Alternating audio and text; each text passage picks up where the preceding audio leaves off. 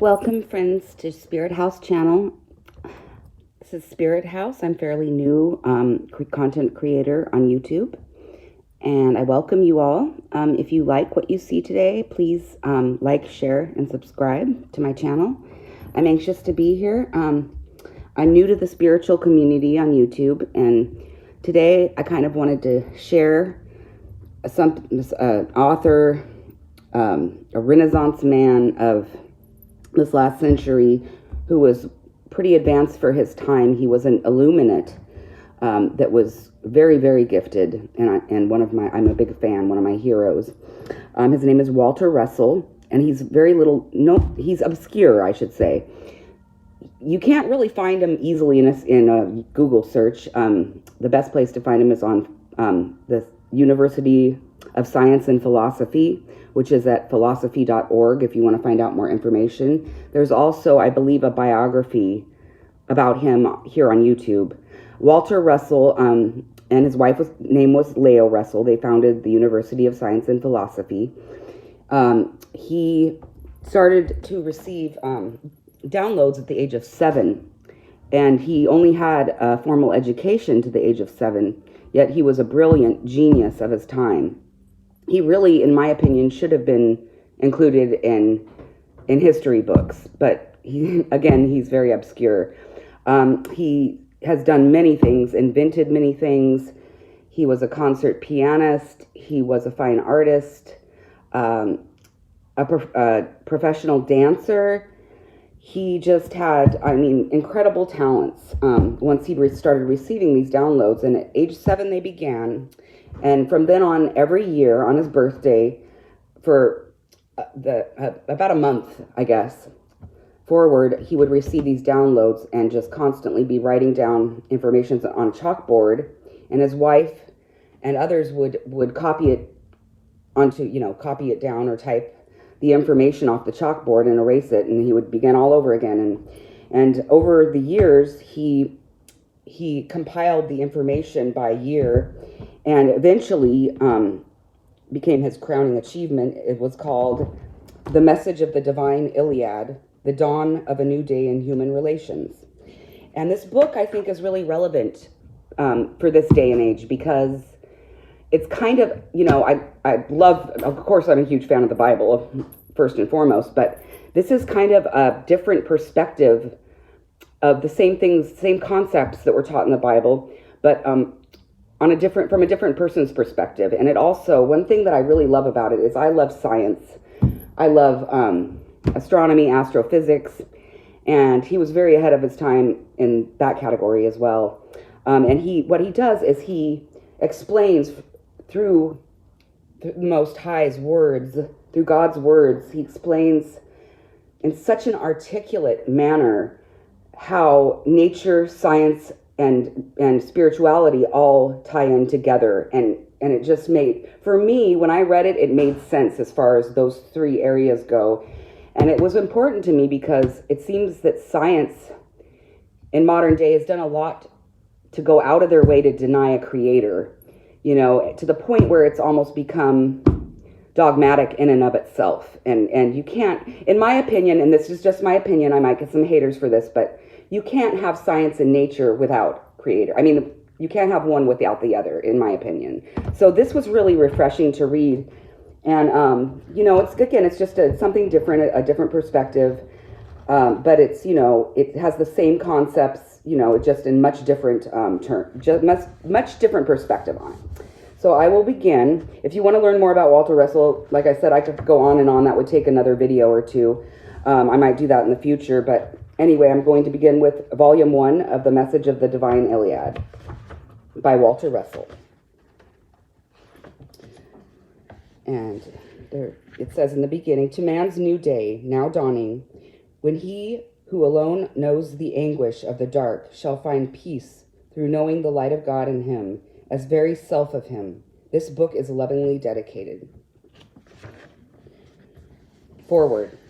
The message of the Divine Iliad is sent from our Father to give unfolding humanity the needed comprehension for taking the new transforming step in man's long journey from the jungle of sensed awareness of body to cosmic conscious awareness of omnipresent light of God as the centering, motivating force of man. For millions of years, man was unaware of his conscious self. He was but body expressing the desires of body, constantly seeking that which his body needed, and taking it by his might of physical strength.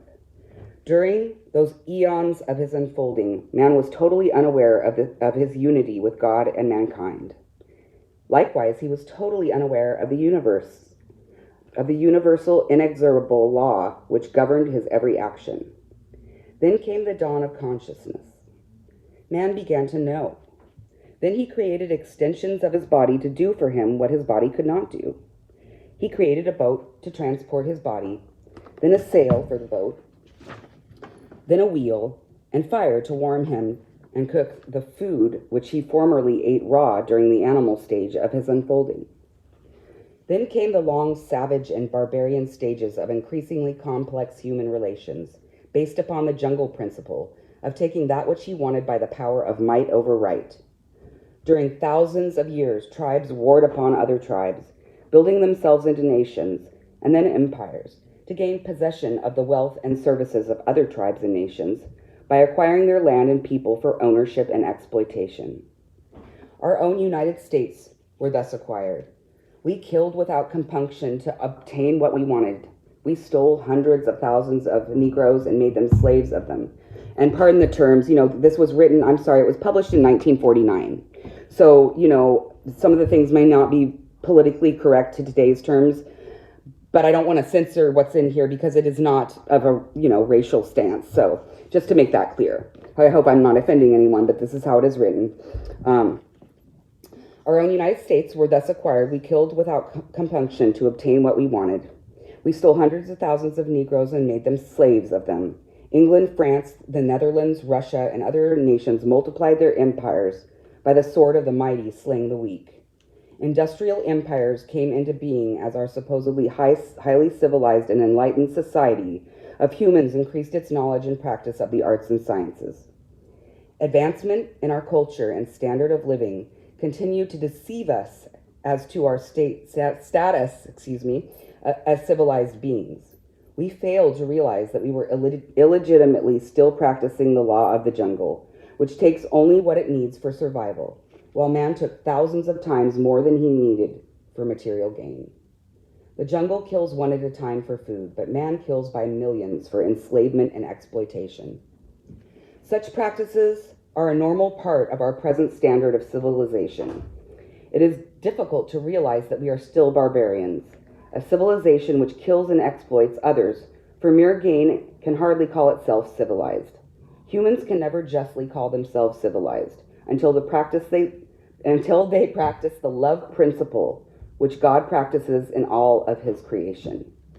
Mankind has reached the stage of his unfolding where he must either learn the facts of inexorable universal law and practice them, or perish by his own hand. He will die by the sword he slays with, unless his entire human relations are reversed, from the taking principle to nature's principle of balanced giving for re-giving. Man's scientific skills have made it possible for him to slay his entire race. A continuation of the old barbarian practice of taking, which has bred his many wars of hatred and aggression, will inevitably lead to a war of extinction unless nature's love principle of giving replaces it. Today, the world is divided. Disunity marks all human relations, from industry to religion, from capital to labor, two opposing world ideologies. Democracy and communism stand like insurmountable precipices to debar world unity. Freedom itself is not 2 centuries old. Slavery was existent in our own country within the memory of living men. Through ignorance and superstition, America's colonial intellectuals burned old women at the stake as witches. Mighty empires are still attempting to build themselves into greater empires by the sword. Man is at the crossroads of his unfolding. The old way of life which built his empires of hate and fear must be abandoned. This coming age must be built upon God's one law of balanced interchange in all human relations. There is no other alternative. To continue the old ways means the destruction of civilization by multiplied hate. To follow the new path will mean the multiplication of love, which alone will bring peace, happiness, and prosperity to all men. Man's comprehension has been limited to the range of his senses. Man is now unfolding beyond the range of material sensing in the direction of cosmic knowing. Science is doing this for him. Science is slowly but surely verifying the personal God of man's demanding and identifying the invisible, spiritual, personal being of man with the invisible, spiritual, personal being of God. Science is thus replacing man's abstract God of faith and belief with a dynamic God of law and order, whom man knows. The abstract God of faith and belief is the direct cause of man's many religions, for abstraction have bred many concepts of God, where knowledge can be conceived but the one. Faith and belief are the shield of ignorance. The message of the divine Iliad is to build a scientific comprehension of the nature of God and man's unity with God in order that mankind may unfold in the direction of its ultimate goal of cosmic awareness of the light, rather than refold by descending into the terrors of another deep and long dark age. Through love alone can man find kingdom of heaven for which he has sought since his beginnings. Only through living love as a principle can he find the happiness, peace, and prosperity which lie in his heart as his greatest desire. God is the light of all knowing. Creation is a thought wave universe which records God's knowing as expressed by God's electric thinking. The divine Iliad cannot be fully published for many years. The first excerpts from it were published in The Secret of Light. As much more of it as can now be published will appear in this volume. Further portions of it will be released in accordance with the instructions specifically given for their release in the divine Iliad. Walter Russell.